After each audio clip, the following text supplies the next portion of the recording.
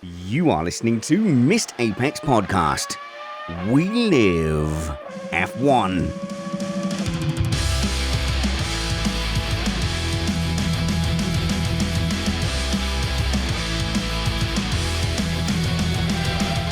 Welcome to Missed Apex Podcast. I'm your host, Richard Reddy, but my friends call me Spanners. So, let's be friends. I think we've seen all the launches now. We've seen all the pretty colours and all the renders, and we're just days away from seeing cars on track together. And I have to say, the start of the season has completely sneaked up on me. Normally, there's a feeling of a dead space in the F1 content world, but it's just been non-stop revelations, gossip, heartbreak, and intrigue in the news cycle. Worst off-season ever in that we've not stopped. Not that Missed Apex ever completely stops during the winter, and you might have noticed that this winter I was trying to do something different. I was trying to do set-piece, interesting segments with the panel, and of course the Meet the Panel segments, and I tried to make the content evergreen. So if you're just dipping back into Missed Apex after the winter break, there's loads of content if you want to go and catch up with it. Listen to our shows about the World Constructors Championship, F1 broadcasting, the famous and very popular Corner Names podcast. That will also have a follow-up because it has been much demanded. But go and check out some of that content. And I'm also going to do a supercut of all the Meet the Panel segments that we did. We have got one more Meet the Panel today. You'll be meeting Kyle Power. But the download numbers suggest that our content in the winter had some value. So I hope you enjoyed that. And for the first time ever, we've increased our Patreon subscribers count over the off-season. So that's why we are an independent podcast produced in the podcasting shed with the kind permission of our better halves. We aim to bring you a race review before your Monday morning commute. We might be wrong, but we're first. It's time to meet today's panel. It's Matt Trumpets. Hello, Matthew. That's not an underbite sidepod inlet. This is an underbite sidepod You're inlet. one of those people looking at all the pictures, drawing little diagrams off it, going, oh, this is going to activate the Y37 vortex over the inlet Quujiboo. I can't believe you brought that up. That's a Mercedes loophole we're going to talk about later. The front wing does look fairly interesting, to be fair. And we've got Kyle Power. How's it going, Kyle? Hey, seems like it's been an eternity since I've been on the four-wheeled version of map. Oh, yeah, I should have said. And here is Missed Apex MotoGP host, Kyle Power. And the MotoGP season, has it started yet? No, it's in a couple of weeks. It's the same weekend as Saudi. There we go. So it's in about 3-4 weeks. And you might have been caught out by this. Does it clash with the Saturdayness of the F1 races? Because a lot of people haven't quite cottoned on that the first two races are on a Saturday. Yeah, that caught me by surprise. So no, it will clash with the sprint race of the MotoGP, but the main MotoGP is a Sunday. So I still have a full weekend of racing, despite F1 only being on Saturday. So go and check out Missed Apex MotoGP. Go and search for that in your podcatcher of choice. And don't get caught out by the races being on a Saturday. In the Missed Apex background, you might hear I've basically got my daughter's birthday, so there's going to be lots of teenage girls running around. So unavoidably, you are going to hear some of my daughter's birthday party on that first race review. We're also joined by Alex Jeansy Vangeen. Thank you, Alex. Hello, how are we doing? We're about to have people waking up from their winter slumber to discover the mentalness that has happened with F1 over the last couple of weeks, and we can unpack that for you today. Yeah, that's a good point. Like, if you had basically turned off after Abu Dhabi, and then you're just tuning back in now to go, hey, I wonder, if there's been any news over the winter. There's been quite some drastic news. Obviously, Lewis Hamilton being probably the biggest one, that he's moving to Ferrari. And we've got a little bit of a follow-up on that today. Andretti getting rejected kept everybody in the news headlines. And there's some other unsubstantiated things of very little detail that we are yet to address on this show. So this week, we're going to look at some of the biggest news doing the rounds. And we're going to end the show by meeting the panel. We're going to meet Kyle Power properly. But first, I would like to ask one question. Will F1 2024 be good? So I'm getting some shakes of the head. I'm going to be optimistic, right? So I think we're in the third season of a regulation set. All the team's engineers have had a chance to really look at what's working, what isn't working, rip off the bits they like, or get inspiration from the bits they like. And also there's a cost cap. So the teams at the front should really not be able to, stretch their legs as massively as, say, Mercedes did back in the start of the turbo hybrid period. So things should be starting to converge. And if they don't start to converge, that means there's either a real shortage of engineering talent out there in the F1 garages that they can't catch up within a cost cap, and that seems unlikely to me, or the regulations are too demanding for this cost cap set. So to me, Kyle, this should be, on paper, the culmination of people catching up in a regulation set, and it should basically be 2012 all over again. One would like to think so, wouldn't they? But actually, I actually think the cost cap is a bit of a victim of itself. It's supposed to be there to keep the sport competitive, and there was supposed to be an element of keeping the sport sustainable as well. But in recent times and FOM decisions, we know that they're not fussed about getting new teams in and their survival particularly. But the cost cap is actually quite prohibitive of people catching up now. So if you absolutely nail it, which Red Bull did, now under the cost cap, if you then make a mistake, like Mercedes made a mistake, they've had to change their chassis and their gearbox, they are massively behind. And it's really hard under the cost cap conditions to catch up. So I actually think the cost cap, whilst being a good thing for the sport overall, is actually prohibiting the convergence that you mentioned. And I actually think it might be a bit of a negative thing. It reminds me a little bit of the Q2 tyre rule that we used to have, which was supposed to help the teams in, the lower reaches of the top 10 when they got through to Q3, but actually in reality, actually hurt them and consign them. So I think we're getting a little bit of that now. Well, hang on. My pushback to that would be the cost cap is annually, right? So everyone had money to spend each year. And in theory, you should be able to just start from scratch each year. So you look across at Red Bull and you go, well, they've gone down that path. So for our next year's money, we'll go down that path as well. And we have the same amount of money as Red Bull to come out with our 2024 car. So I don't see why, the best engineers in the world, 3 years in, with the same amount of money to spend, surely there's no excuse for not matching Red Bull's pace now. Well, I'll start with the fact that they didn't all start out with the same infrastructure. Williams, for example, had an etching machine the size of your kitchen, when a modern one is the size of, like, say, a computer printer. So there's a vast divergence of previous investment that needs to be caught up and is difficult to do under the cost cap. But I think I like Kyle's basic point, because we had Allison talking about how rare it was under these regulations to switch out both chassis and a new gearbox in the same season because of the cost. But the obvious solution here isn't to throw out the cost cap altogether, which is the first thing that's ever made all the teams turn a profit and given them lots of value, but instead to take inspiration from the CFD wind tunnel rules, which gives you a sliding scale based on where you finish in the championship that is recalculated once a season. So sure, give the back markers extra spend, or, restrict the front of the field a little bit until you find the balance point that lets you catch up more quickly. Alex was shaking his head when I said, will F1 2024 be good? And here we are, like, we're cheerleading F1. That's what we've always been, cheerleaders. And Alex's first thing is, nope.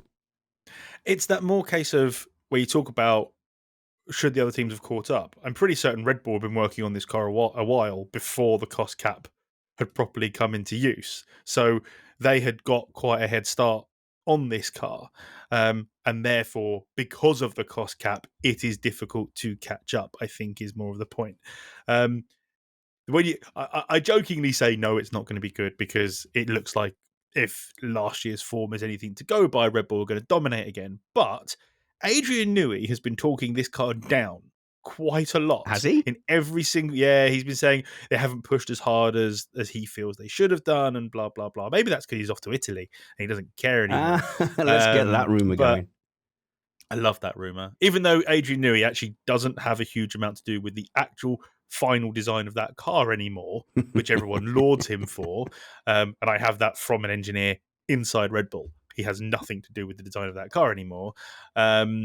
It's an interesting, fun story to give him the plaudits anyway. I've heard that from a different person in Red Bull. I think I know who you've heard it from, but I've heard that from a different person in Red Bull, that it's a little bit of a Messiah story. And it's easier to go, yes, well, Newey's the genius behind all these concepts. And sort of you can almost take the name Newey now as synonymous with the Red Bull technical team. His thesis, everyone goes back to his thesis that he did on Ground Effect, that was 30 years ago. People understand ground effects a lot more now than Adrian would have done during his thesis when he was studying 30 years ago than is around now. So, they are happy for Adrian to be, as you say, the Messiah story, and to be the one that the attention is focused on, because then they can all just focus on it and get on with it in the background. And also, it means it's harder to poach because you don't actually know who's behind certain things. The thing is the team they've got is a really young team of engineers as well.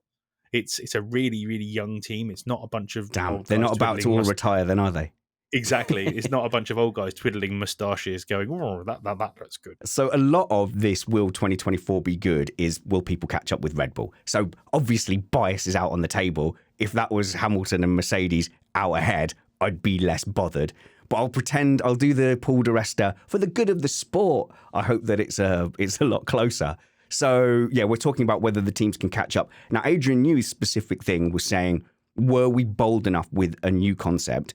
And they're talking about this being an evolution, Kyle. So here's the thing, if they go, right, everyone's caught us up sufficiently that we need to now go with a bold new concept, that's the most exciting one, because then that's a risk and they could zero pod this situation.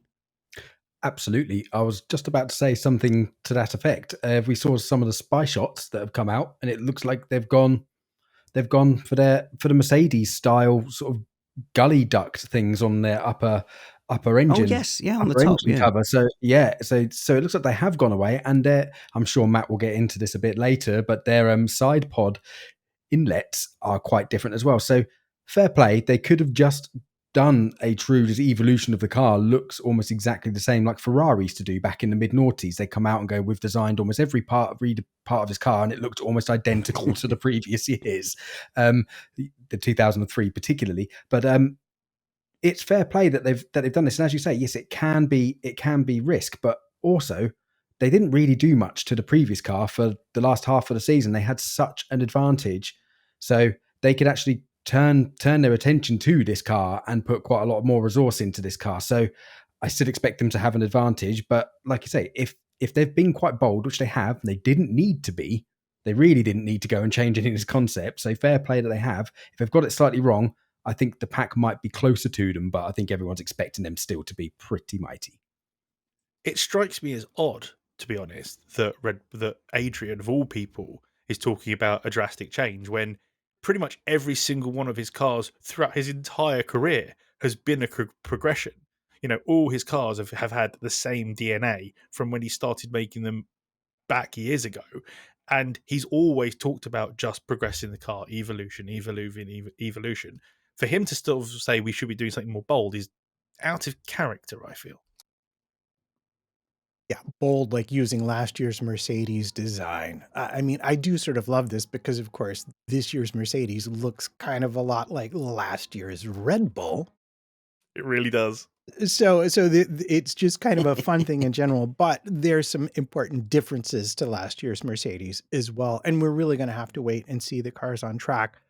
But as far as Newey goes, I wouldn't overlook the practical experience of having had to deal with the consequences of ground effect as being way more important than the actual thesis he wrote. And the thing that I've always heard about him, and I don't know how much of this is like just hagiography, is that he has a freakish ability to look at a design part, and simply tell you what's wrong with it and be ridiculously correct. That sounds apocryphal, to be fair. I can kind of back that up. I can't mention any names or from what team, but I sat quite lengthy with a designer in Formula One, quite high up, who who worked at some team at some point with Adrian Newey in Formula One when he was very successful. I love and he Carl's told me drinking stories. And he told me this exact thing. He was like, the thing scary about Adrian Newey is you'll be sitting there trying to crunch some numbers and get the model to work, and he can come along and say, tweak it like this and try that, just at a look, and more often than not, it works. And he goes, he had this freakish ability to have a bit of a guesstimate and it being pretty much right on the money. So yeah, he can, all of this talk about he visualizes airflows, I think is largely nonsense, but he's got an incredible knack of picking out, he'll have a stab in the dark, I think just about there, and he gets the goldfish more often than not. But I think that would have been more accurate when CFD wasn't quite as good or as prominent as it is now. And I think that's the problem Adrian has with regards to him not being as so much in the design phase anymore, is he never learned CAD. He never learned any of this stuff about using the computers. If he couldn't do it with a pen and a pencil, a pad and a pencil on his easel in his office, then it was really difficult for him because he didn't understand the computers. So let's guess. We're really torn here. We're torn between... Do we do anything else? No, yeah, that's a good point. Yeah, all right. I was trying to do the illusion of, we're experts, but let's take a departure from that and speculate wildly. No, we always speculate wildly. So we're torn here between thinking, is Red Bull coming out with something that is just an evolution and just a step, or have they come out with something radically different? The truth could be somewhere in between. But, if they go too wildly different, it's a risk. But the two teams that have taken that risk, Matt, are Mercedes and Ferrari. So without doubt, Mercedes and Ferrari have rolled the dice again. And that's the big sort of hope for competition up front, is that one of them will get it right. We've got two rolls of the dice. Well, and let's not overlook McLaren, that we're on a bit of a tear here as we well. Go. Okay, yeah. Well, really? Yeah, really. Stella came out and said, when they showed not the launch, but when they showed the real car, and he said something to the effect of, yeah, we've done most of what we wanted to do. I mean, we've definitely done some of what we were going for, and we can then do the rest of it during the season, which I basically read as, we haven't finished it yet. I heard the dog ate it, their upgrades. They would have had it ready, but the dog ate their... So, I mean, Stella is a master of reducing everyone's expectation, but it does sound straight away like they've said, basically we weren't able to implement everything we were going for. We know where we want to go, and that will have to develop over the course of the season. But I know Matt thinks that they're championship contenders. So I don't want to rain on your parade too much, Matt. I want to slowly watch your disappointment unfold. I am looking forward to seeing the cars on tracks and having the questions answered. But I think of all of the teams, they are the ones who didn't say, we've come to the end of feasibility with this package. When they came to Silverstone and Austria, they brought the upgrade that gave them real competitiveness at certain tracks with Red Bull, and their development trajectory throughout the rest of that season confirmed this direction. And they saw enough in their design phase, they've opted to continue with it. They feel there's lots of gains to be made.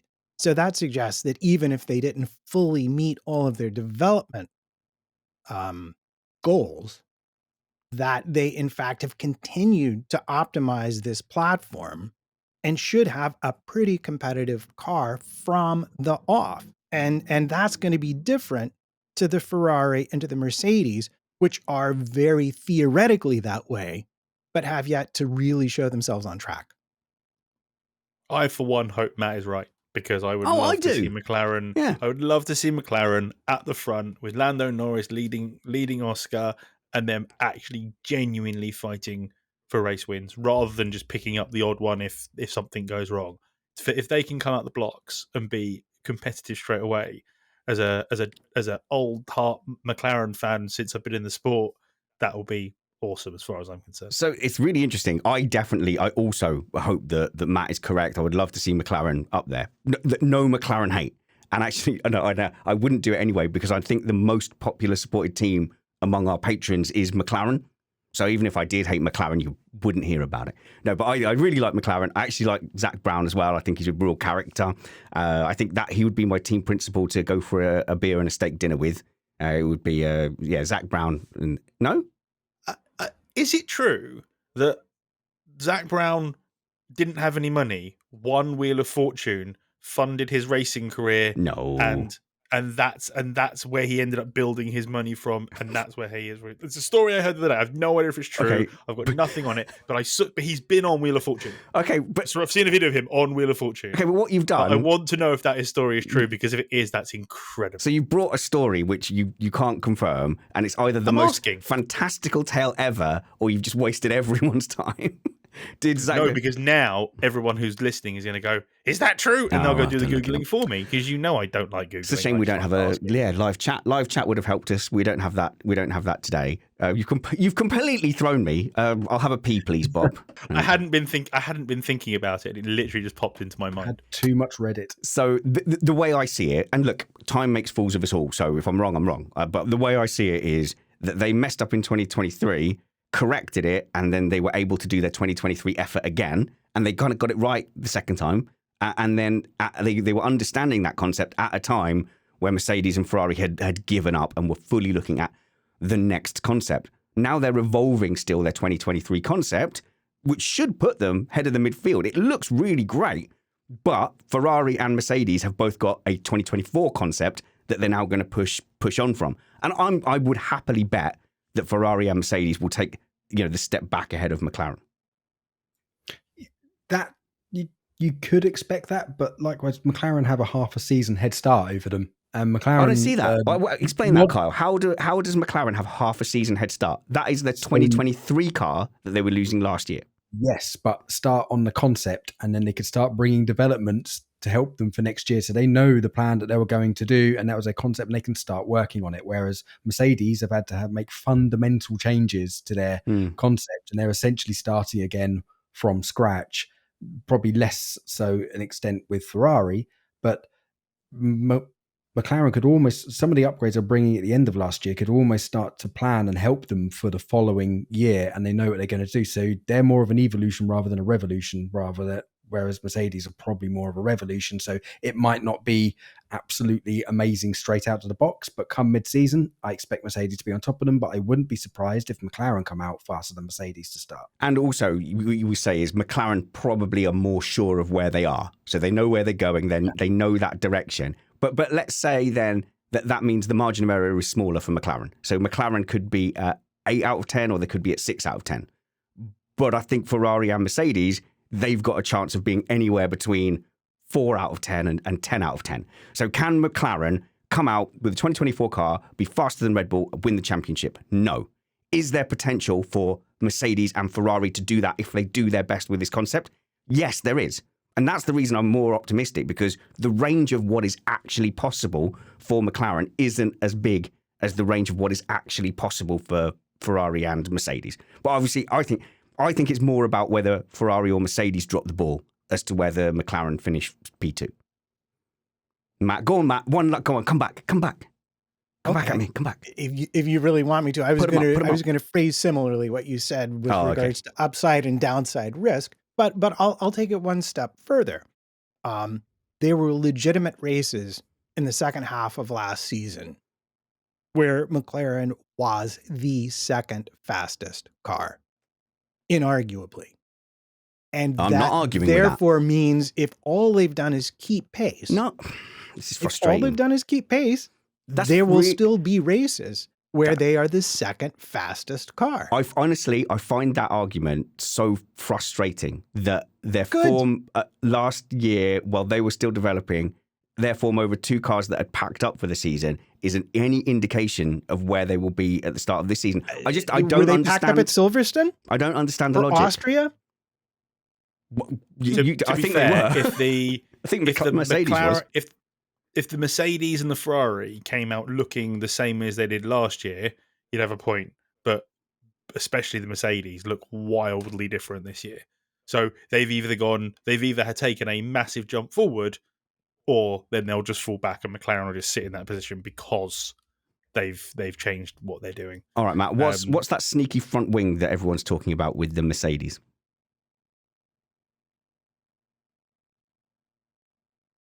He said your name. No. Oh, Alex. Right. We were pausing because in the audio edit, we can instantly get rid of those silences. So Matt was waiting for like a fire truck to go past, and then you've been all like, "Oh, I'm Vangeen, Jean, right?" And now I'm leaving all of this in. Leaving all of this in, Matt. Yeah, you should leave it in because oh my goodness, that was so perfect. It was a giant truck you going did by my very window. well. Half a second away from making it work. Yes. Anyway, no. So what Mercedes has done here, you're supposed to have 4 elements, and they're supposed to connect on to the nose and supposed to connect out to the end plate. And Mercedes has already played some tricks with sort of these detached wing end plates to get outwash. They were, I think, the leaders, or one of the leaders in doing this. But what they've shown up with now is essentially the inner half of the top element of the front wing, which is the one that sits highest up. Lost already. All right. So No. the little flappies? Little flappies. Yeah. So the inside part is a part that attaches to the nose. The outside attaches to the end plates. The inside half of that has essentially been deleted and replaced with a carbon fiber wire, it's being described as. And that is technically legal. However, what it's going to create, you made fun of in your introduction, and it's going to recreate essentially a Y250 vortex. Why would that matter in the slightest to anybody? One of the strongest tools in the previous regulation set for controlling front tire wake is that very vortex. And now teams are either already trying to copy this idea and see how it works, or writing angry letters to the FIA. And the real question is, has Mercedes actually developed this, or are they just trying to get it outlawed before the start of the season? That's a very good point. I was just about to say that all the other teams, this is something incredibly desirable, and the rules under the new regulations have absolutely tried to stamp out, stipulating that top element has to meet the nose. And Mercedes have got their string in there. It's basically a carbon fiber string, so I'm going to call it the G-wing that they've got on there now. And basically, so if they can generate the Y250 vortex, as Matt said, they can control the tire wake, and it's really quite powerful all the way along there. So every other team will be scrabbling like mad to try to copy it. Now, you could ask in the launch, why would Mercedes show unleash this? Why would they show it? Well, the car ran later on that day anyway, as part of a filming run, and I'm pretty sure for Mercedes, they will be desperate to get any data to validate if it works or if it correlates back to their factory, and then it gives them a few days until testing happens in Bahrain. So if it is a complete disaster, they can then quickly try to change it. I think that's more of a trade-off than the other teams quickly trying to copy it from scratch, which they won't be able to do. So if Mercedes have got this right, and it is going to be legal, and they would have been in cahoots with the FIA all the way through this, and all of the governing body to say it's okay. It depends how good the other team's lawyers are trying to get it banned, because that will probably be the number one first route they take, is to try and get it banned. If you can't, you copy it. I think Red Bull's lawyers are busy at the moment. So they're going to try and copy it. But this means having this vortex on, that means it must be inherent through the rest of the Mercedes design. So to mimic a now rather infamous tweet, could this be an advantage or a disadvantage locked in for years? Oh, don't do that. Right. If you've missed that whole Twitter storm over that locked in advantage thing, consider yourself lucky that's gone. But Matt, the fear with these things is, it's like, was it the 2014 regulations where they said, okay, you have to operate within this window, but the teams all realized that a much shorter nose was advantageous. So in order to fulfill the length of the nose, they all came out with these appendages on the front of the nose that all looked really dodgy. So this is kind of similar to that, I suppose. So technically you have to have some attachment, but the assumption would be, well, it needs to be a proper element. And Mercedes have gone, no, it can just be this tiny wire. Yeah, well, I would throw it back to sort of the double diffuser in terms of teams being able to take advantage of it. Those teams that can, probably by summer break, will implement it and use it if it stays legal. But I think the biggest likelihood here is that it will stay legal for this season only. And we've seen that in the past with certain Mercedes innovations. And that's, again, because they're trying to keep this outwash from happening, because it makes it harder for the following cars. So they're trying to stamp it out. But it'll really be down to how the regulations be worded in such a way that it keeps the teams from implementing this loophole. And we saw with the outwash generators, the little connectors on the front wing, when everyone said, why didn't the FIA outlaw them after they first came out? Well, the FIA concluded that it was impossible to word the regulation in such a way as to keep that from happening. So they essentially threw the towel in. That also may be interesting story to follow as this goes, whether or not they think they can write a regulation to keep the teams from doing this. All right, that's about as much tech as I can take from a car from just the launch picture. Because there's a lot of that. Kyle, you were ranting earlier, weren't you, about people doing little diagrams from launch pictures?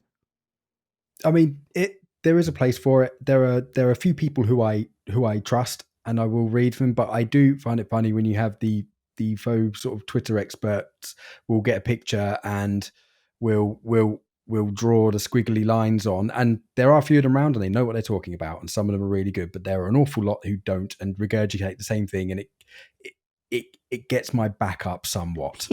The same for me is the data accounts that keep popping up on social media. So like F1 data, and if you look at this graph with these qualifying performances, you'll see, and they're useless.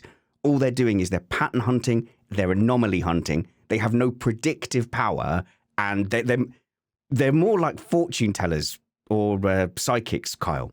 And at the beginning of the year, all these psychics, they do their 2024 predictions. And then at the end of the year, they'll show you the few that they got right and hope that you don't go back and dig through all the ones they got wrong. But yeah, a lot of these ones, obviously, they're just for clicks and attention, but posing as experts. But if they don't have predictive power, they're fairly useless. So when you see them, say, okay, make a prediction based on the data that you're giving us. We have an update. I want to talk about Ferrari's chances next, but we have a update from Alex Vangeen about his random Wheel of Fortune story. And I believe this is all started by the messers at the Red Flag podcast. Yeah, so he was on Wheel of Fortune in 1984, the year I was born, when he was 13. Best ever year for movies as well. Best ever year for movies. It was a very good year for movies. I'm quite surprised he's only 13 years older than me. Like, he looks way older than me, and I look older than I am. Well, let's not slate him. How old is he? What's 30? What's first? So he's 53. Okay, so he's 53. That's Matt's age, and he looks better than Matt. I mean, 53 is pretty old. What would you do if you were a multi-millionaire?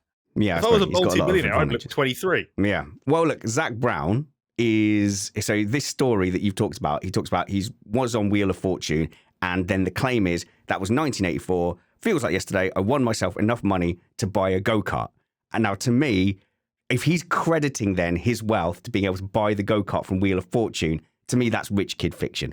Because, they love it. I don't know his background, but to me, that screams of rich kid fortune. That screams of James Blunt claim, I had to sleep on people's couches. No, you were an officer in the Blues and Royals. You are very, very wealthy. Matt. He won $3,000 nice. On Wheel of Fortune. Nice go-kart for that. And bought a go-kart. $3,050. But did he have to sell his Porsche to put a house Sell your down? Porsche, Zach. Or get a small loan of $1 million from his dad. I think you're missing the point here. He wanted to be a baseball player, but then he bought the go-kart, and that changed the direction of his life. I don't think he's claiming that money was his stake that got him everything he got. And sorry, apologies to any rich kids out there. Your pain and struggle is real and valued as well. You also worked hard.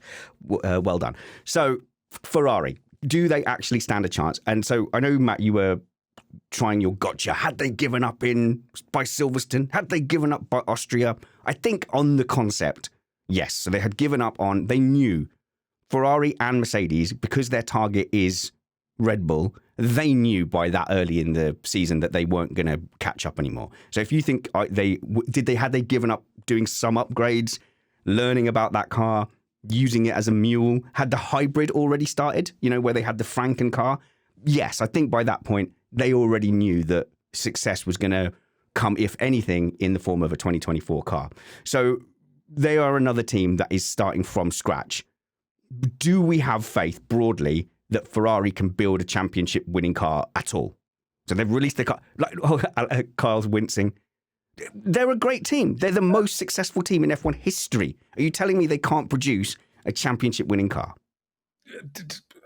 Do we have faith in Ferrari? I mean, We have to now. Well, the Hamilton fans do. Some fan bases might do, but in general, like that's a pretty hard statement to make, saying yes, I have faith for Ferrari with the amount of balls that have been dropped in recent years. And yes, the concept, hopefully they are setting themselves up later on. I think they're completely ditching the Tortellini dished out side pods sort of like style and going in a completely different direction. So it may work, but do we have faith in Ferrari?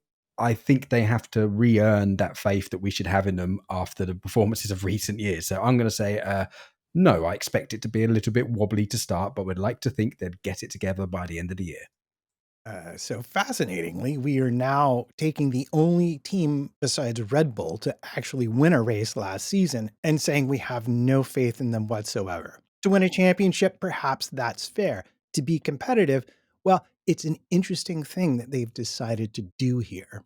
And it gets to some of the larger, we talked about convergences. Well, there's some larger convergences that have already shown up in just the pictures we've seen that you don't even have to really scribble on. And what I want to say here with regards to Ferrari is they and Haas are now the only team to persist with the pull rod rear suspension. I don't understand any of that. All I hear is pull rod, push rod. Aren't they both fine? Isn't it equally fine to have either of those? It's just which one works with your aero. Well, congratulations. You've answered your own question. All right. Cool. Yeah. Okay, good. There are advantages and disadvantages to each, but fundamentally, it's which works with your aero. But they are the only teams left on the grid now using the pull rod rather than the push rod rear. But what's interesting about what they've done is starting in the middle of last season, they'd had a major issue with their tires. Specifically, we could see it. They had really great one-lap pace, but they just eat their tires and lose out during the race. And they kind of almost entirely solved it with just sort of development and optimization, which is a very un-Ferrari-like characteristic, if I'm going to be honest. Yeah. They generally don't do the development so well. And they've taken that knowledge and applied it to the car they're bringing, which has ditched the side pods, has gone to the sort of standard downwash. But the thing that they said that was interesting, because about half the grid has said this, is that they're very focused on making the rear of the car, the rear axle, more compliant and more drivable. And Mercedes has said this, Alpine has said this, Williams has said this. And I just wanted to bring this up with Kyle, which is, we've been sitting here saying Red Bull have the best aero, but maybe they just have the car that the drivers can be most confident with. Because don't you lose an awful lot of time if you're not sure what the rear end of the car is going to do? Oh, absolutely. That's the absolute worst. And with Red Bull, at least one of their drivers can cope with it all the time. But yeah, that's the absolute worst. And yeah, same thing in Williams. That's why Logan Sargent might have found it quite difficult. It's the most horrible thing going into a corner not knowing what the rear end is going to do. Largely when drivers are pushing, particularly in a race situation, they're not thinking about every input they're putting in. They're not thinking, right, I'm going to go to that board, I'm going to brake here, down 3 gears and turn in. It's largely instinctive, kind of on autopilot. But if the car's not underneath you and you have no confidence and you don't know what it's going to do when you're turning in, you're then having to think about countermeasures and preempt the car snapping and braking away from you, which is then terrible. And you're constantly driving within yourself because you can't fully let go. It's a problem Hamilton and George Russell had in the Mercedes the last couple of years with a snappy rear end.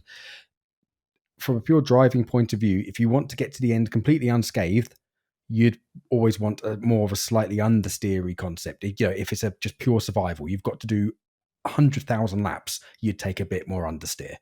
If you've got to do one ultimate flying lap, you'd have a bit more snappy oversteer because you can stick it all on a line and it's really fast for that one lap, but you're going to have a hard time doing that over a Grand Prix distance. So it's always better to have a bit more of a benign and gentle aero platform than it is to have a peaky and snappy platform. I always try and keep up with the tech, guys. So, I always let it go through. I always want the tech side to go out. But if I'm struggling, I look over at Alex and I just felt a lot better because I used to have a training partner Dave, and he used to say to me, he goes, oh, Richie, go, however much I'm suffering and as much as I hate it, I can always look at you and know that you're suffering more. So I do that with Alex with the tech side. So do we have faith in Ferrari? They said all those clever things. I'm going on vibes. Fred Vasseur, to me, Alex, what do you make of him? Because he's tickled me with a quiet confidence, and then when you look at the way he's gone about things in the background, and he's nicked Lewis Hamilton, and he's trying to just rob all the best bits of all the other teams, you go, maybe he's ruthless enough to make a real change at Ferrari. He's a bit of a ringmaster in the sense of he can stand in the middle and bring everyone towards him, which is what Ferrari have needed. And to be fair, he's giving a bit of a Jean Todt vibe from when Jean Todt was there and brought everyone around him and brought that team, brought in all the right aerodynamicists, and brought in Ross Brawn, and then brought in Michael Schumacher, and then all of a sudden we had the era of Ferrari that neither of us liked. The Death However, if our favourite driver can be involved in that, they're no longer they're the Death Star, they're the Millennium Falcon, and I'm all for it. Yeah, they suddenly become the good guys as long as Lewis Hamilton does well. Yeah, so if you're new to the show, me and Alex are massive and declared Lewis Hamilton fans and fail to hide our bias at every single turn. But Fred Vasseur, like even last season, even before the Lewis Hamilton announcement, I did say it just seemed like a team of nicer people that I liked. So I like Leclerc, I like Sainz, poor Carlos Sainz. But there wasn't that meanness of Todd and Arriba-Vene. Because Arriba-Vene, you think, he's murdering generals, Lego movie style, isn't he? Come here, number one general, and then flies him off into a swamp. Congratulations on your promotion, general. He is not doesn't seem outwardly, I don't want to use the word evil, but it goes within the context of what we're talking about. He doesn't have that outward, he comes across as outwardly friendly. However, when I can't remember what race it was where they got disqualified and he was absolutely fuming. It was Coast Circuit of Americas. And you don't want to be on that side of him. But also, the thing that people forget is he worked with Lewis Hamilton in F3, GP3, F3, whatever it was beforehand, GP3. And Lewis loved working with him. And I think if it was any other team manager in position in Ferrari now, he wouldn't have gone, because he has to have faith in who he's going to go work for. He also spent 2 weeks in the Mercedes factory and then instantly handed his notice in, which says a lot. Yeah, he listened to Anthony Davidson going, yeah, actually, the car does feel like a car. And then Lewis went, no, I'm going to go chat with Fred. Kyle.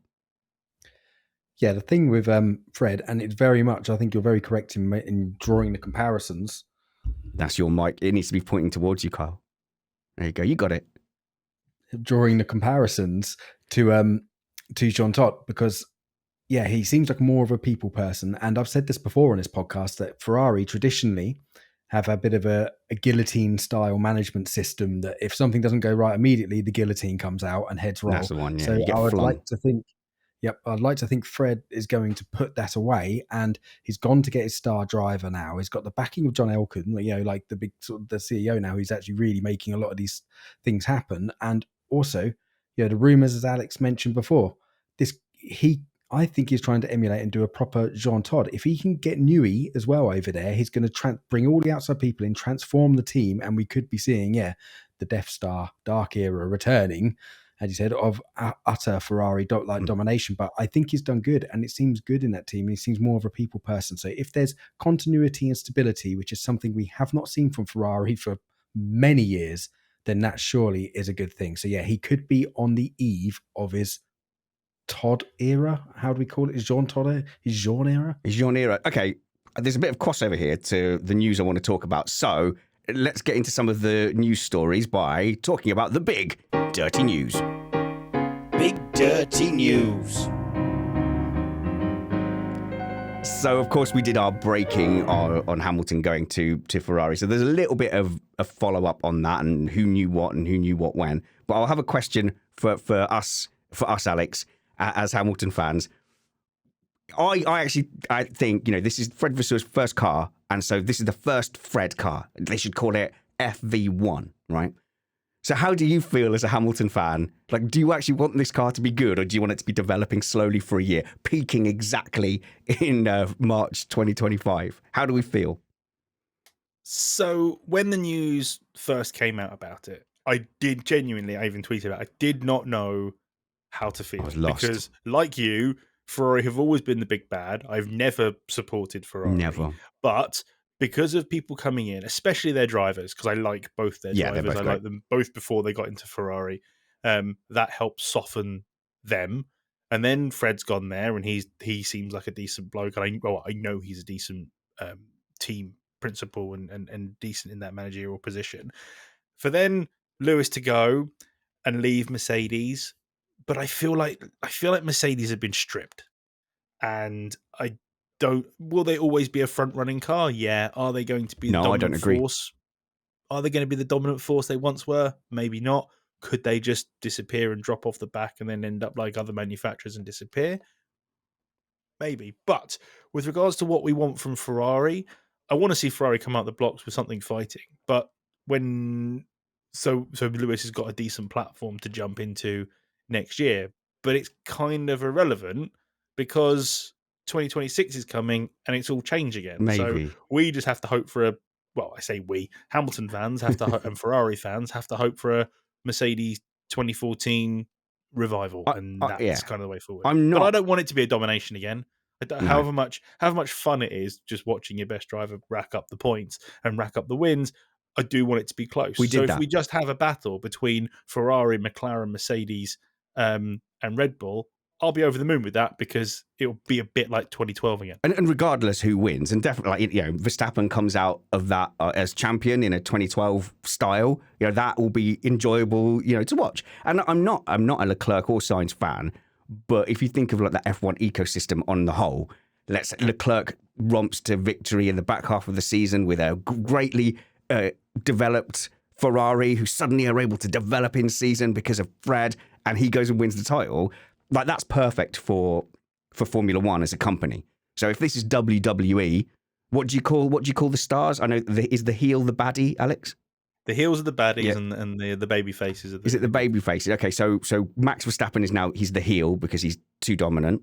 So now you bring in your babyface champ. So Leclerc as an F1 champion would be Liberty Media's absolute dream. Winning a title with Ferrari, that's pure money, isn't it? Like, out of the top drivers, you say, well, Leclerc is real money. Is Carlos Sainz that same big ticket money? Doesn't seem to be at the moment. See, I think Leclerc is big ticket money on pace. I don't think he's complete. No, and that's a lot because a lot of what people are saying are Leclerc versus Hamilton, Matt. That's been the big discussion point. And there's been an assumption that Leclerc obviously can't have known that Hamilton was going there when he signed his contract. Except that he's said in public now that he actually did know before he signed that contract. And he has zero problem with it. And make of that what you will. If I'm Leclerc, obviously it's a huge challenge, but it's a team I've been a part of longer. Hamilton will have to get up to speed with a different power unit and a different aerodynamic package. Plus, I'm pretty sure I'm going to beat him in qualifying every time. Yeah, so again, it's going to be down to my consistency at the front and my ability to manage tires, which I just throw in there as a general skill that all good Formula One drivers need. And yeah, in fact, I'm just going to go one step further. You asked if this season's going to be good. Well, given the seats available next season, and given the drivers out of contract, I don't even think we need a close race at the front for this to be an unbelievably firework-filled season, if nothing else, between teammates. Yeah, because everyone's just going to want to everyone's going to want to have their names in the spotlight of all the big teams because their contracts are ending, and it's even if they don't move teams, it's a good way to get your salary bumped up. But as far as I'm concerned, when it comes to Leclerc versus Lewis Hamilton, it's Leclerc will want it because, well, I get to go up against a 7-time champ, and he's actually always spoken very positively about Lewis. Oh yeah, they seem to. But also, I just think over the course of a season, because of Leclerc's inconsistencies, because of the silly mistakes he makes, Friday practice. How many crashes does he have on a Friday? But also, this will be the third team Lewis has joined. Did he have any niggling issues joining McLaren, jumping in the seat opposite a two-time world champion? No, He he didn't. was straight on the pace. Did he have an issue jumping into the Mercedes alongside Nico, who'd been there for 4 years? 4 years? 3 years? Yeah. No, he jumped in, was straight on the pace. I don't worry about Lewis with adapting. He seems to just be able to jump on it straight away. Unless there is something in that car that he just doesn't like and Leclerc does, then we might see it. But I genuinely believe that over the course of the season, Lewis has the legs on everybody, maybe except Max, maybe.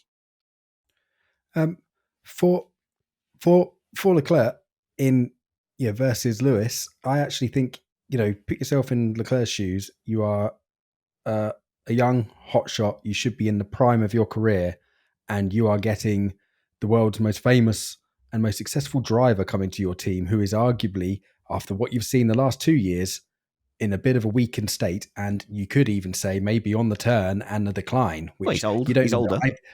I think Ferrari's definitely going to reinvigorate him and he'll come back. But for Leclerc, he could just be seeing opportunity. He's like, I'm in the prime. I've got the most successful driver in history coming next to me.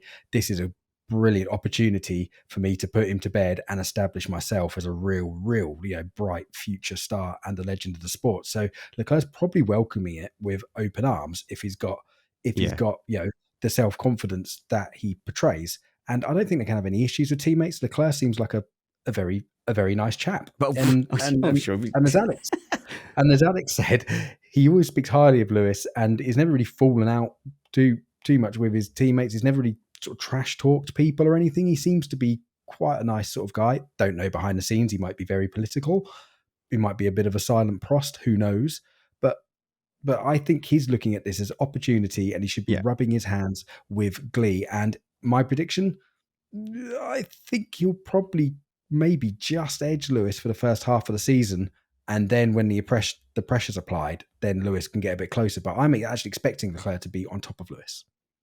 Not Monza 2021 style, hopefully. So hopefully you mean more in a metaphorical sense. So that's what you get when you don't leave the contract space. So it's a title fight for him. So you're right. So he's got his title fight against the aging champ. And if he beats Lewis Hamilton, his stock is absolutely through the roof. Here's my concern with Matt telling me that he said he knew that Hamilton was being signed. It could be a little bit of a sadder situation. It could just be that he was told, look, we've signed Lewis Hamilton. We're paying him £100 million a year. We cannot look stupid on this one. He is going to be the number one driver. We can't look stupid because, if there's a front wing, Lewis is going to get it. But you can sign the contract anyway if you want. Where else does Leclerc go? And if they even give him reassurances, it's only a 2-year, it's only a 3-year contract, then he's gone. You're a young man, you've got a long way to go. I have real concerns for Leclerc. If he knew, what conditions did he sign in that contract? Please also remember, they aren't just paying Lewis $100 million. They are also paying $400 million to all of Lewis's causes. That is the big kicker. So it is a $500 million contract that they have actually signed with Lewis Hamilton compared to in comparison, the peanuts they are giving to Charles. Which is still like 30 million when you say peanuts. But that is in my comparison to $500 million. Yeah, it is. But my concern is that Ferrari, you're going to look stupid if Hamilton doesn't beat Leclerc over a season. You're going to look a bit silly. Why did you spend $500 million, you idiot? That's my concern, Matt. Well, I don't think they're going to look like idiots. But I think of the two of them, I think Leclerc is in what we like to call the catbird seat. If Hamilton beats you, well, he's a 7-time world champion. If it's close, well, then whatever. A little luck here, a little luck there. But if I'm Leclerc, the learning opportunity is what I really want. And I think that's why Vasseur ultimately went after someone of Hamilton's stature to come to Ferrari, because he recognizes that same not quite finished look that Jeansy was talking about. Like, as close as he is, and he's absolutely got the pace and the racecraft, there's still a missing piece, and Lewis Hamilton has mastered that multiple times. So if I'm Leclerc, I'm all in. Bring him in. Let me learn everything I can. Then I will beat him like a gong and go on to be my own world champion. Maybe so. That is a very good point. But also on the point that if they don't win with Hamilton, I don't think they'll be looking silly because obviously most of these, and yes, it's a $500 million contract, as Alex said, but their stock goes up. I know that's tied to something else. It's Profits the announced, marketability, yeah. all of the opportunities. It's probably they've done the numbers. They're probably thinking this is going to pay for itself if it's successful or not. It's a huge scoop, and the amount of headlines. And still, if Hamilton doesn't win and the Ferrari born and bred star beats him, then that's also a win for them, isn't it? It's good because our homegrown crop has beaten the most successful in history. So I think it's a win-win situation for Ferrari, however way you sort of pitch it. Bringing Lewis Hamilton in on that kind of money is the David Beckham to Real Madrid effect. It was the exact same thing. By the time the first game was done, the amount of Beckham shirts that had been sold had paid off whatever the stupid fee that they paid for David Beckham was because of the star he is. And to me, this is the thing that I don't get. Mercedes is a car company. Marketing is the main reason they do this. And they let the biggest brand in Formula One walk out the door while they dithered. And so I know But maybe it means something bigger. I think it does. I think it does. So I've been hearing from all like not great sources, but people who I talk to, and they don't just make things up, but from several different sources, I keep hearing Ineos F1 team, Ineos F1 team. And I'm not entirely even sure who Ineos F1 are, but I know they're not Mercedes F1. And that's why I'm getting this feeling that Mercedes as a F1 team might be looking to wind down over the next few years. And I think who they sign next will be very, very telling to their ambition. I've got some questions I want to dish to you guys on Charles Leclerc. So he's had 125 race starts and 30 poles and 23 poles. How many races has he won? I don't know. Ineos? Is it the same amount as Ineos? Let's stop the Ineos chat. Let's do Alex's random quiz. Kyle, how many races do you think? Should we talk about Zach Brown, Wheel of Fortune? Blimey. I get your point, but obviously I think it's been unfair, that Leclerc point, because he's obviously been given a car that is fast on a Saturday but can't race on a Sunday. The tyres disappear. So he gets thrown that stat a lot, and I don't think that's fair. You could say the same about Mercedes in 2013 when they were wicked and they couldn't look after their tyres. Hamilton and Rosberg got a lot of poles. They got loads of poles. A lot of wins. There you go. That was over 20 races. This is over 125. And different regulation sets as well. So that's it's just sorry. I know I was going back. Yeah, no. But I had it in my head before we got too far away, and I'd looked on the website. But you tell us when I'm going to do what Paul di Resta's race engineer did to him in the Force India in 2013 when di Resta was too unhappy with the tyre decisions. You tell me, Alex, when you want to talk about Ineos, and we'll bring you into the pits to change subjects. Absolutely, good. Let's continue about Charles Leclerc. So when he was 12. No. In 1847, right? Okay. So my chain of thought here. No, so I do think that who Mercedes sign next, is going to be super, super telling. So if they say, well, we'll do something different, we'll go with Antonelli. Well, Antonelli could be great, but he's also going to be cheap. So that would be to me an indication of kind of winding down. You've got Russell on a reasonable contract. You weren't planning on him being your number one superstar just yet, but okay, I guess he's going to be. If they, however, go for an Alonso at the end of his career, it's going to be a big money contract. It's going to be a big name. That says marketing is important and they're moving forward. Now, Alex has got his hand up. Can I just confirm that you're talking about Mercedes and their new drivers and or their commitment to F1 and not Charles Leclerc's childhood pets?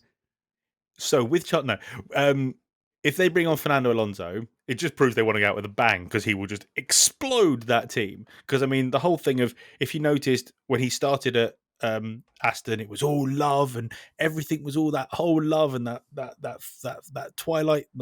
honeymoon period of when he was there. And the second the car wasn't quite as fast, he stopped talking about anything nice about the team. And I have no doubt that he's gone, this isn't what I wanted. Where else can I go? Oh, look, Lewis is leaving.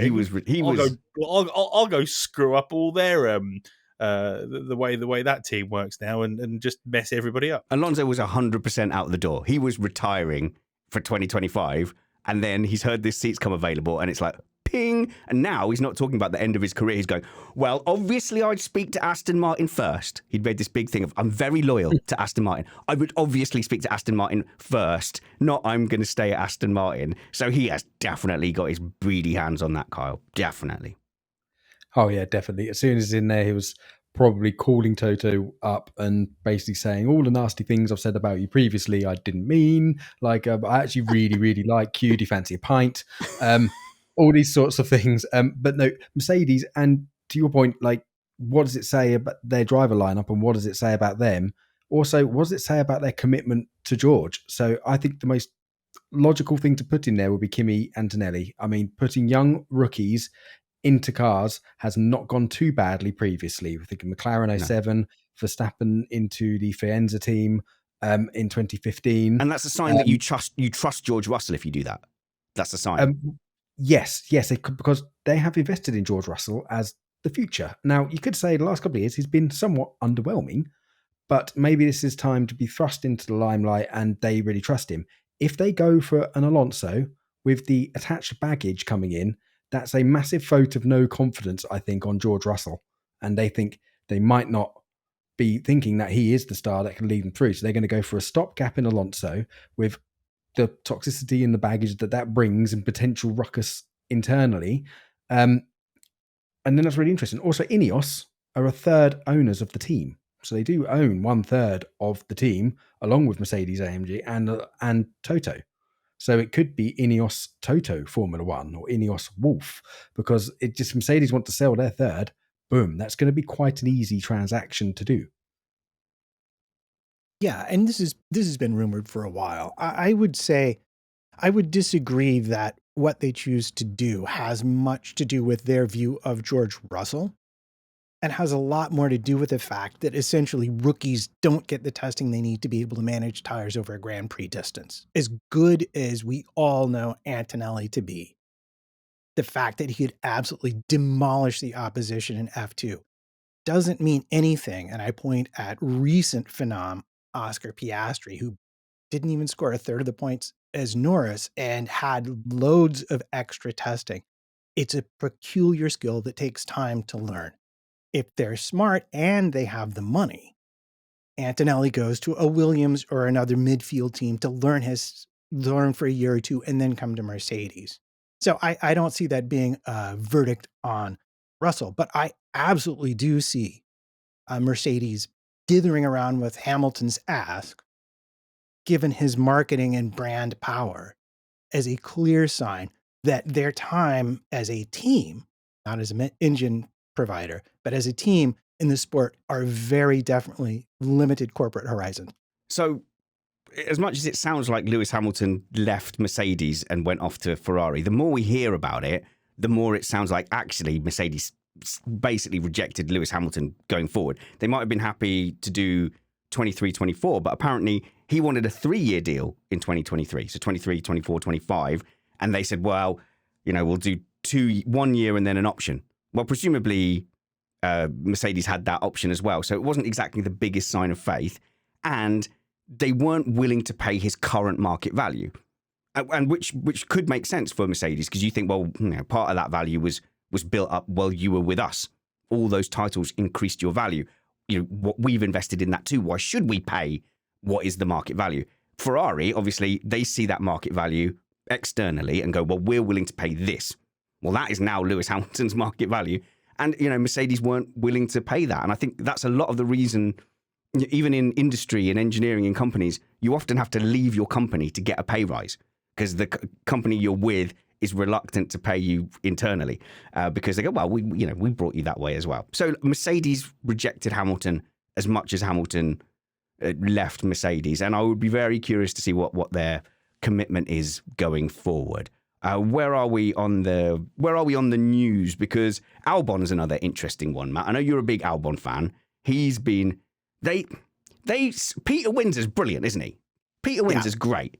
Someone has fed him an absolute kipper with the story that he was going to go to, or that he had signed a contract with Red Bull. Yeah. And Peter Windsor was there going, yeah, I've been assured it's true. it feels very clear that Camp Albon has been out there banging the drum like an Alonso on contract heat, banging that drum to stir interest from Mercedes/Ineos.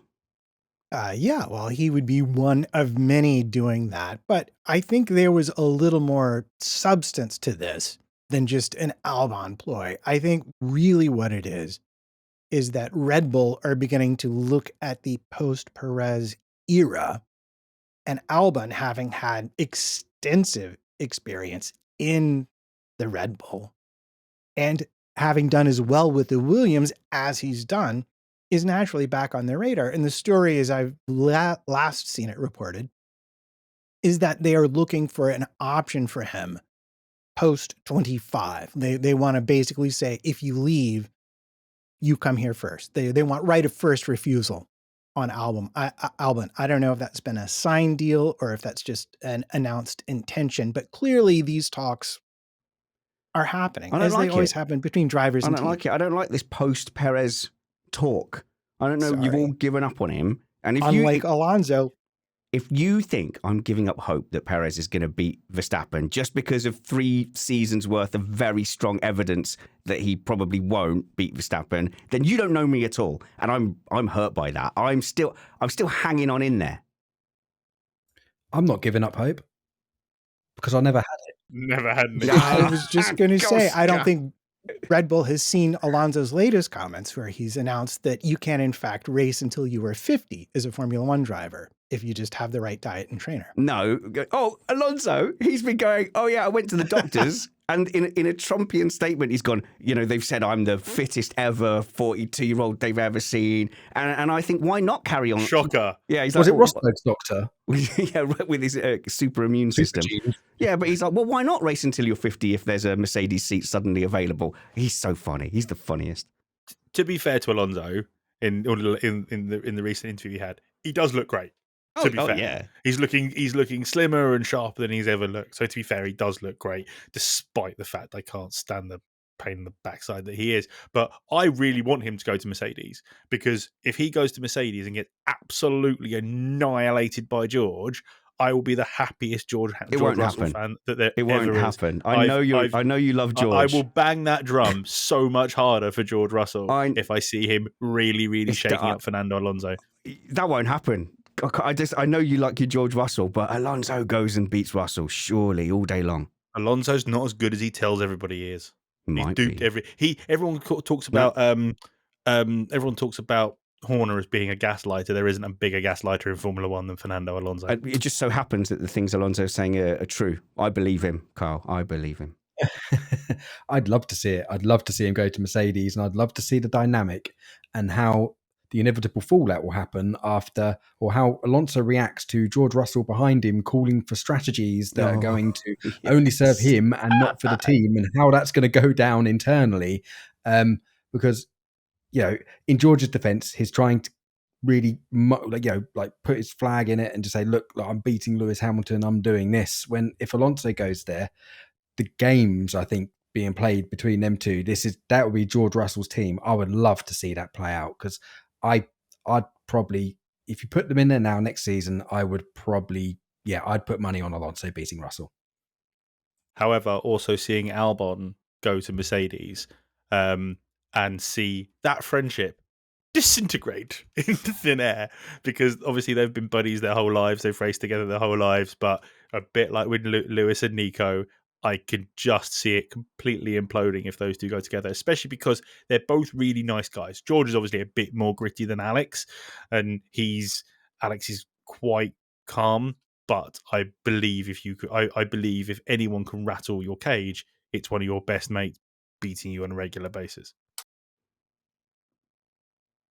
I like that everyone is putting their aura in it. I think even Bottas is like, well, we parted on good terms. I saw that. Yeah. Remember the good times? What? Remember how considerate I was? I always replaced the toilet roll. I never left the toilet seat up. Imola 2021. Don't just shout random races. Imola 2020. What happened in Imola 2021? The big crash between Bottas and Russell. Oh yeah. That's a good point. Yeah. That would be a happy. He called him a 4-letter word beginning with C, and smacked him in the helmet. If Magnussen and Hulkenberg can be teammates after their thing, I'm sure that all that kind of stuff will be fine. Sorry, Matt, you were interrupted. No, I was going to say, clearly Alonso at Mercedes would be maximum drama. And I think we'd all be there for it if you, I think Alonso was like the Loki of Formula One. Just chaos every place he goes. And half the time it's good chaos and half the time it's just horrible chaos. So even though I'm not it's hard not to like him, especially like as an old person. Just still absolutely getting away with all of it. So I kind of hope the Alonso thing really comes off. But truly, I think someone more in the Albon Sainz neighborhood is a much more likely year or two filler for Antonelli. The only reason I want Fernando Alonso to hang around for as long as possible is he is the only driver in Formula One who is currently older than me. It's over for Alex. me. It's over for me on an age point of view.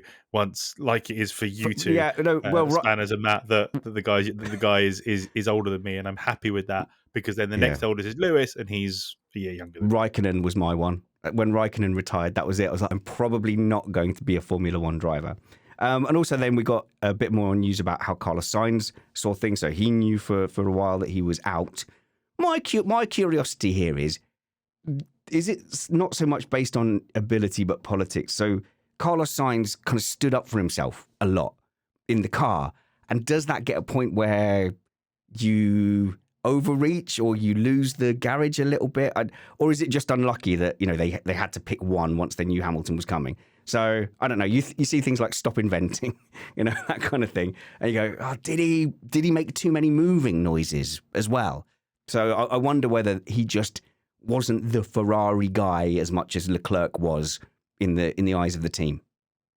It turns out that Vasseur hates the tune smooth operator, and so that's there it. you go. That's all it was. I think it's broadly just unlucky. You get your Hamilton and you have to make a decision. No, Kyle? He's not the driver that's been essentially hand-reared by Ferrari, is he? He's not Ferrari through and through, which Leclerc is. So they've picked their child over the foster child. I think that's what's happened. Oh, mate, that's a really sad way to put it. I know, but it's harsh. But I think that's the reality of it. Yeah, it's the old Sophie's choice, isn't it? So where does Carlos go? All right, here's a thesis for you. Carlos Sainz is now, until Antonelli comes of age, the most valuable driver on the grid. Yes or no? Well, in terms of cash or in terms of value? Because in terms of teams wanting him to be the other driver in their team. No, I think it's Alonso. If I had a spare seat now, I still want Fernando Alonso.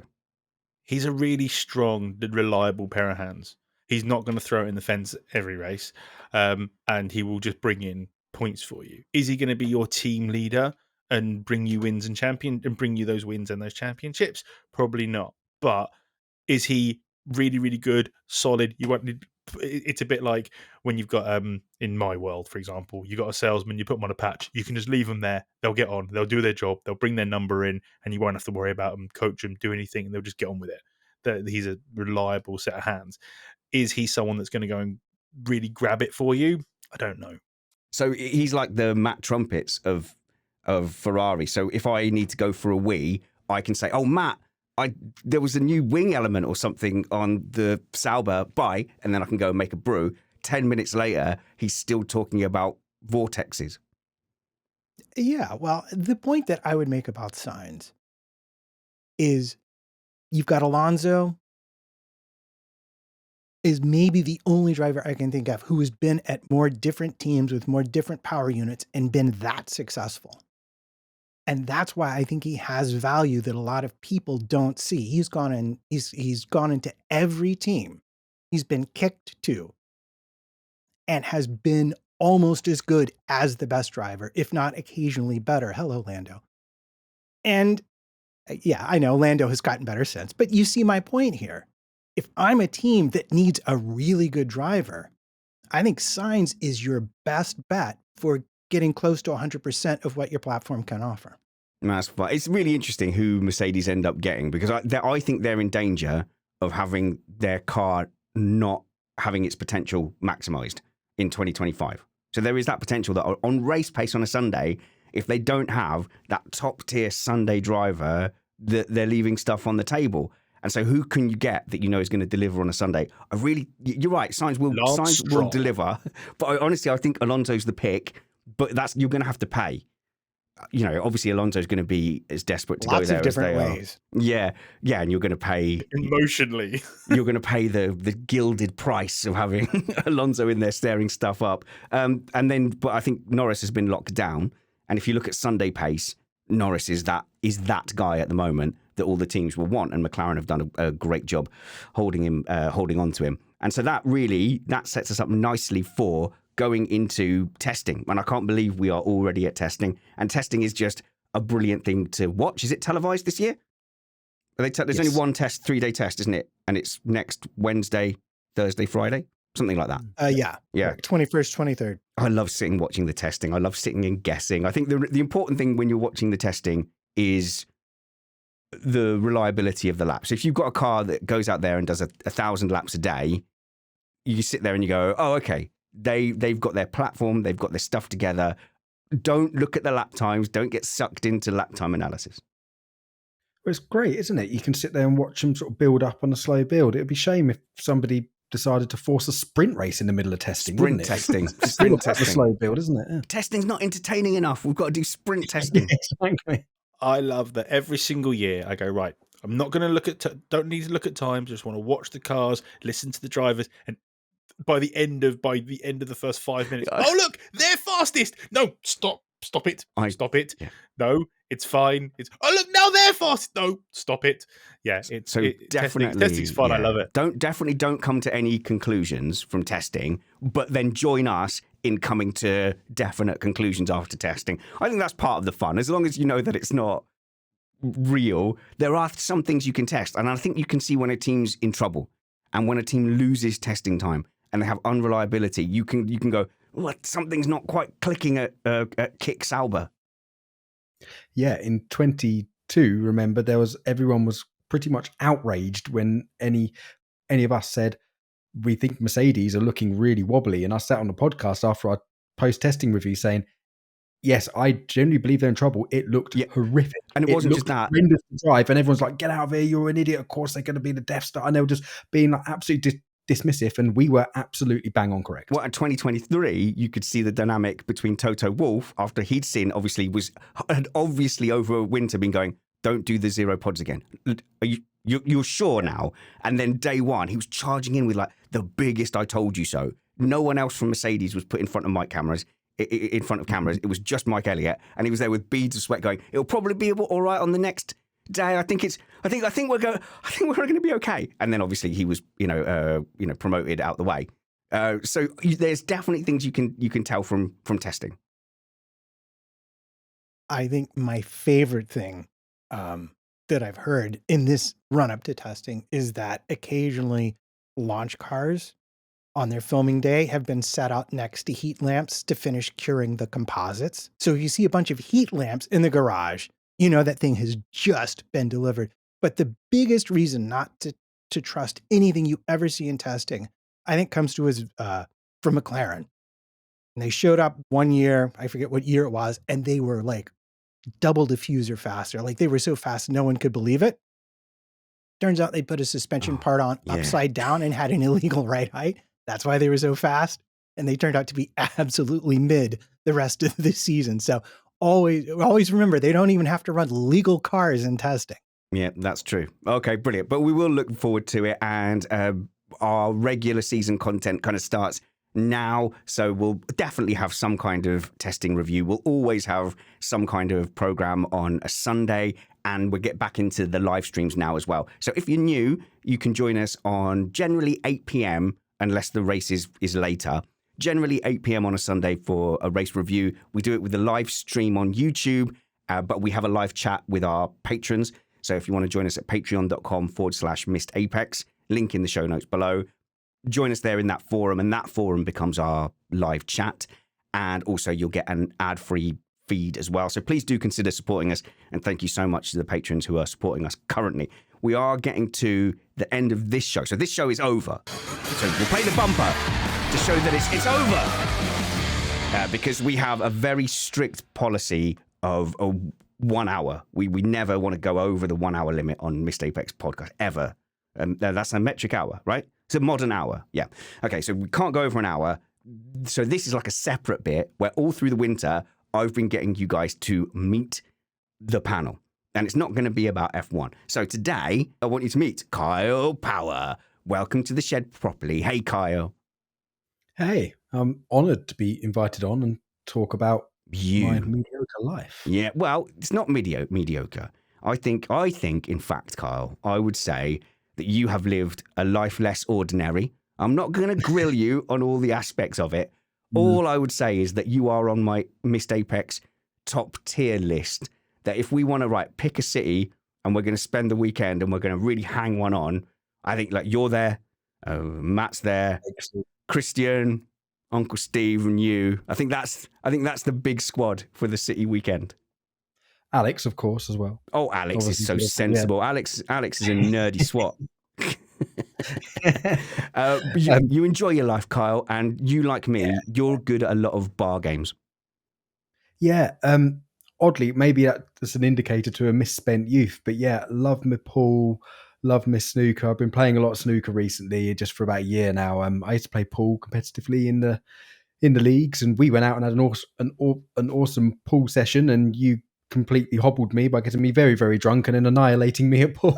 Now, to be fair, that did happen. That's exactly what happened. Yeah, we did have a few pints over a game of pool, and I was able to hold my own once we got away from the snooker table. The snooker's not for me. I love all pool and cue games, but the English pool with the smaller table and smaller balls, that's my speciality. Why is there such a big difference between snooker and pool? I know it's a bigger table. It should be the same. It's the same thing. It should be totally different. It's wild. The table's 4 times the size, and the big difference: the angles are different, the balls are different materials. The white ball and the object ball in snooker are the same size, whereas in pool, because it needs to feed the white ball out, the white ball's actually smaller than the other balls. So obviously that changes the angles that they all come off. And snooker is a lot more of a long, slow game. It's just as tactical as pool, because pool your tactics do come into it, but snooker, you've got to play position. They're just completely different. It's a bit like how we say rallying to touring cars, or tennis to pickleball. yes, or tennis to badminton or something like that. Yeah, it's very, very same kind of skill, but used in a different way. Yeah, and with you saw with the smaller pool tables, like my positional play is bad, my strategy is bad, but once I get on the little, I can pot. That's the only thing I can really do. So I can just pot my way out of trouble on the English pool one. And another thing with the balls is because they're more polished, they're slightly heavier on the snooker table. It's more about how you deliver your cues. So you've got to cue perfectly and get your timing right. Whereas in pool, you don't have to so much. You can be a bit sloppy with your cueing. And because the distance is so much shorter, you can play with a bit more accidental side spin and still pot the ball. Whereas in snooker, you get a slight trace of accidental side on the ball, or English, as our American friends would call it, which it's side spin. That's what it's called. Yeah. It's like so if you get an accidental bit of side spin on there, you will miss the shot by miles because the error is compounded so much more. And I think snooker is one of the ultimate elite skill sports, up there with golf, like the highest elite skill sports that you can get, really. I'm not great. I'm okay at it. I've always been okay. It's one of these things I've naturally been able to pick up okay. There are things I'm not good at. I'm inexplicably awful at Frisbee. Yeah, he's no good. He's no good at pool after 5 pints either, by the way, for the record. But the thing that I like about you, I think I have a similar trait where we're quite good at a lot of things and not specifically an expert at a lot of things. So I call it stag do hero skills. So when someone announces a stag do and they go, right, we're going paintballing, motocross and some five-a-side, you go, well, we'll generally be good at all those things. So I'd beat at paintball anyone who doesn't go regularly paintballing. Like I'm quite good at paintball. But if I went to a paintball club, I would then be the worst person there. But you're the same. Like you've got a generalist skill in anything competitive.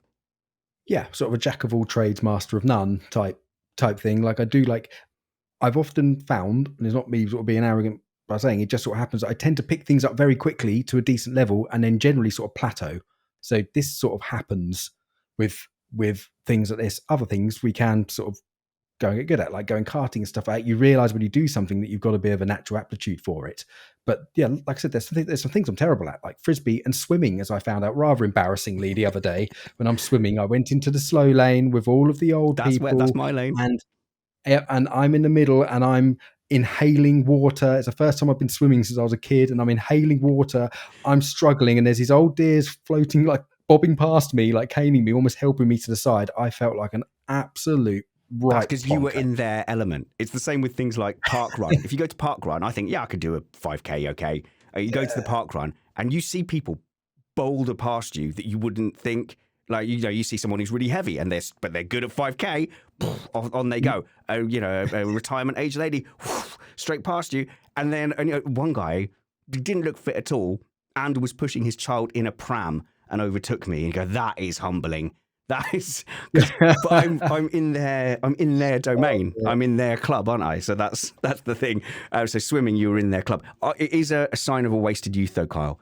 And being good at pool, I'll assume you're good at darts as well. Oh yeah, I was going to say darts. It's always like I'm terrible at counting. It lets me down with darts. But my mother was an extremely good darts player. When she was pregnant with me, she was winning a county championship. I believe she used to play in the men's league as well. So when she was pregnant with me, she had this ginormous trophy. And she always told me the story that when she was trying to get the final doubles to win this whole huge tournament, I was kicking really bad. You helped. And obviously, so yeah, I was even before I was born, I was in a social club playing darts somewhere. With my mother. So I spent a lot of time sort of sort of around these sorts of things, and it's good. Bar sports are fun. I wouldn't change it for the world. It's really good. I'm by no means the best. I've seen people come in and just instantly natural, just pick it up, and it's just crazy. I'm never so much of a natural of it, but I'll get to a fairly competent level fairly quickly, and then probably not get much better. Wasted youth. So I would bet anything that Alex is not good at darts and pool. I just think he did right things in his. I'm okay at darts. I'm okay at pool. So in games that you have played, I need to know, especially if you're ever going to come over here, if you've ever been bowling or not. Oh, classic. I bet you 100% Kyle is fine at bowling and would beat most people that aren't in a bowling club. I'm okay at bowling. I'm all right. I've hit a few strikes. I'm not the best, but I'm semi-competent. Yes. I got a 150 the other day with my brother-in-law's. 150, get in, easy win. Yeah, but you're practically American, man. That doesn't count. It doesn't. The thing that I want to ask Kyle about, and I know we've had this discussion before, and it's the thing I find by far the most annoying about you, is your karting.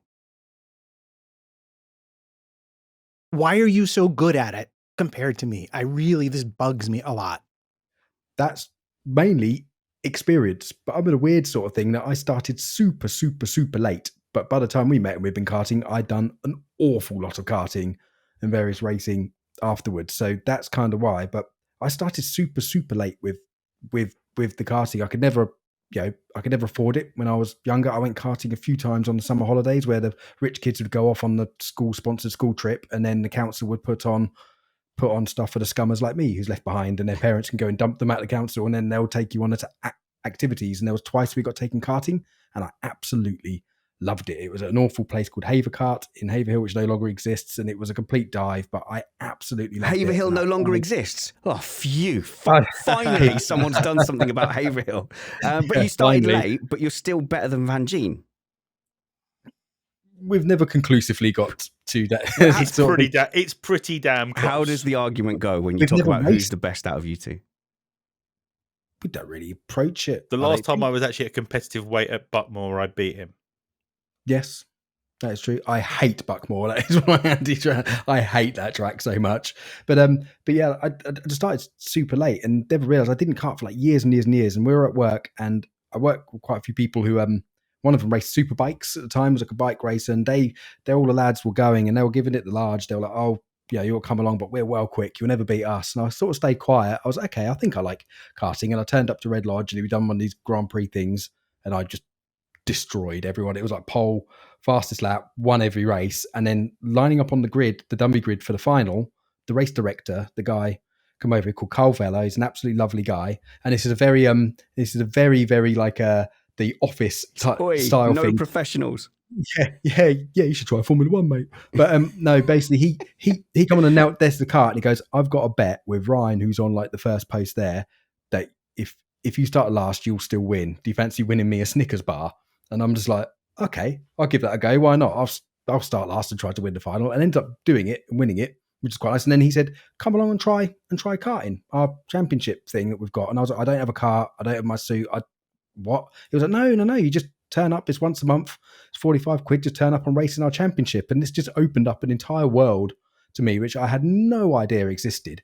You can just pay to go and race. Yeah. I had no idea. I was 27, and this is like, just blew my mind sort of open. Sort of Alex and Brad all racing in their sort of in the British Rental Kart Championship and stuff at the time. And I was literally just starting. So when you turn up, so I turned up to the next race, didn't know anybody, was terrified like a kid on their first day of school, and did all right. It was like 30 people. I think I finished like 7th or something. I didn't have a clue what I was doing, but again, just sort of come straight in there. And then about 3 weeks later, I'm in the EKL, the Elite Karting League, starting in second place in my first heat. Never track I'd never seen before. Jensen Button's thing, like thrown straight in the deep end. But something that has massively impressed me about you guys is, I've seen you at the appropriate weights. I've seen both of you guys mixing it with very good drivers that have turned up for the Missed Apex events.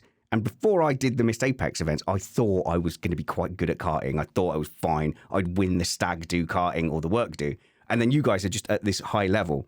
And when we've had professional race drivers drop in to Missed Apex events, they're not wiping the floor with you guys. You are at a competitive level. So when you talk about racing, and I talk to these guys about racing, I have seen firsthand that they know how to turn a wheel. But when it gets down to that level of competition, it's a lot down to how much you're honed into that vehicle and that series. But you throw a bunch of really good drivers into the Missed Apex event, they're also in danger of losing against guys like you. Well, yeah. I mean, our yardstick is Brad. Yeah, to be honest, isn't he? Brad is our pro driver, and yeah, I've had several bits of history with Brad on track in real life. Well, you won. Don't mention Bournemouth. Oh gosh, well, you won one event that Brad didn't win. You beat Brad. You did have a bit of a rocket ship of a cart, but you did enough to beat him. And then it was a rocket ship. I had the new front left tire, which is the thing I did it. Hence, but then at the next event, Brad took it so personally that he absolutely went out of his way to crush everyone by not a little bit, like no mercy. He's normally actually fairly polite at the Missed Apex events, but he just wanted to prove that point that was an anomaly, and that was down to one single race director. But honestly, if you come karting and you meet Kyle, I genuinely think this. Kyle is one of the people on the panel that feels like you feel like a kindred spirit to me, Kyle. We've got an awful lot in common, and you're one of the nicest people on the crew, and one of the nicest smelling people in the crew. So if you come to a Missed Apex event, what you absolutely must do is give Kyle a hug and then a lingering sniff. And I tell everyone at karting events to do that, and they do. That was terrifying when you did this last time, because I forgot my race overalls.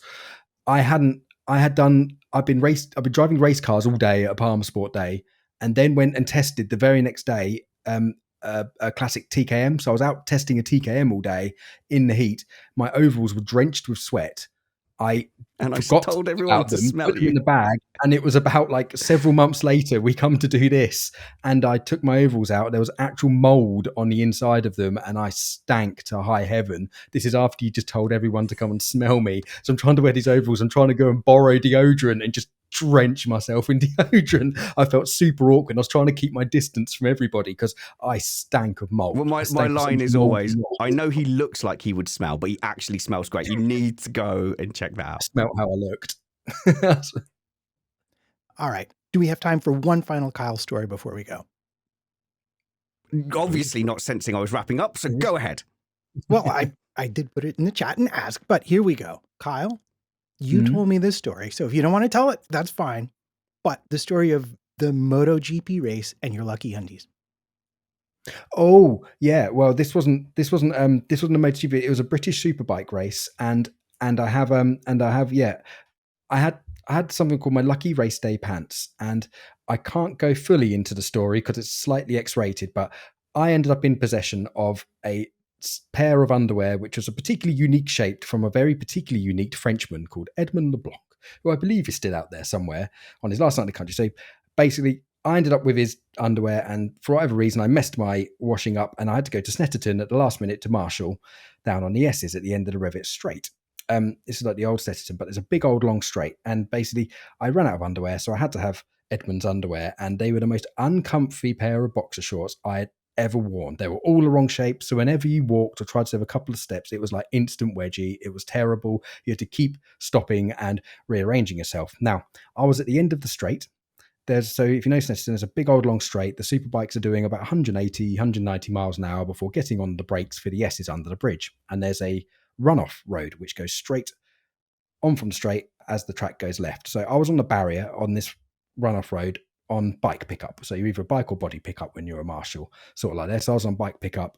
And basically you're all ready to sort of go and your actions. And basically we had a bike that had blown up, gone all the way down the service road, and it dropped oil everywhere. Now, me being young and too enthusiastic and a bit stupid, I was already halfway out over the barrier before the bike had even stopped, not realizing it left oil all down the straight. And there was a ex-World Superbike race winner, and ex-Superbike World Champion, I believe, Gregorio Levere, his name was, on the Ducati, who was coming down about 180 miles an hour, got on the brakes, locked the front wheel, had to let the brakes off, and flew down the service road coming towards me. Now, as I'm jumping out over the barriers, my underwear had wedged so badly that I could barely walk, and I had to stop to rearrange my underwear. And just as I took half a step forward, this bike just blasted past the front of me and brushed past me about sort of 60 mile an hour.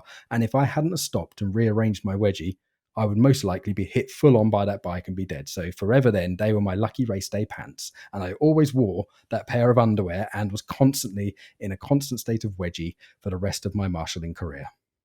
That is beautiful and disturbing, which sums up Carl Power quite well. Thank you. So true.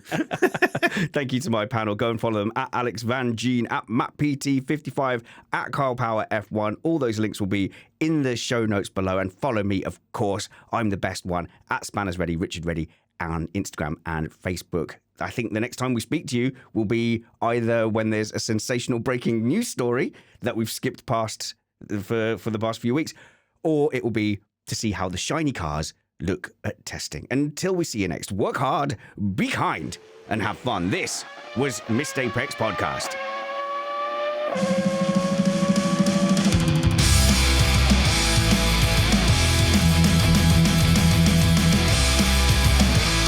Well, that's the end of the show, unless Alex wants to talk inexplicably about Charles Leclerc again. So, when he was 27... Where's that fader? Where's the fader? I love it. Alex is going to say something great about Ineos. Oh, no, it was the thing from 3 topics ago. Brilliant. Nice one, Alex.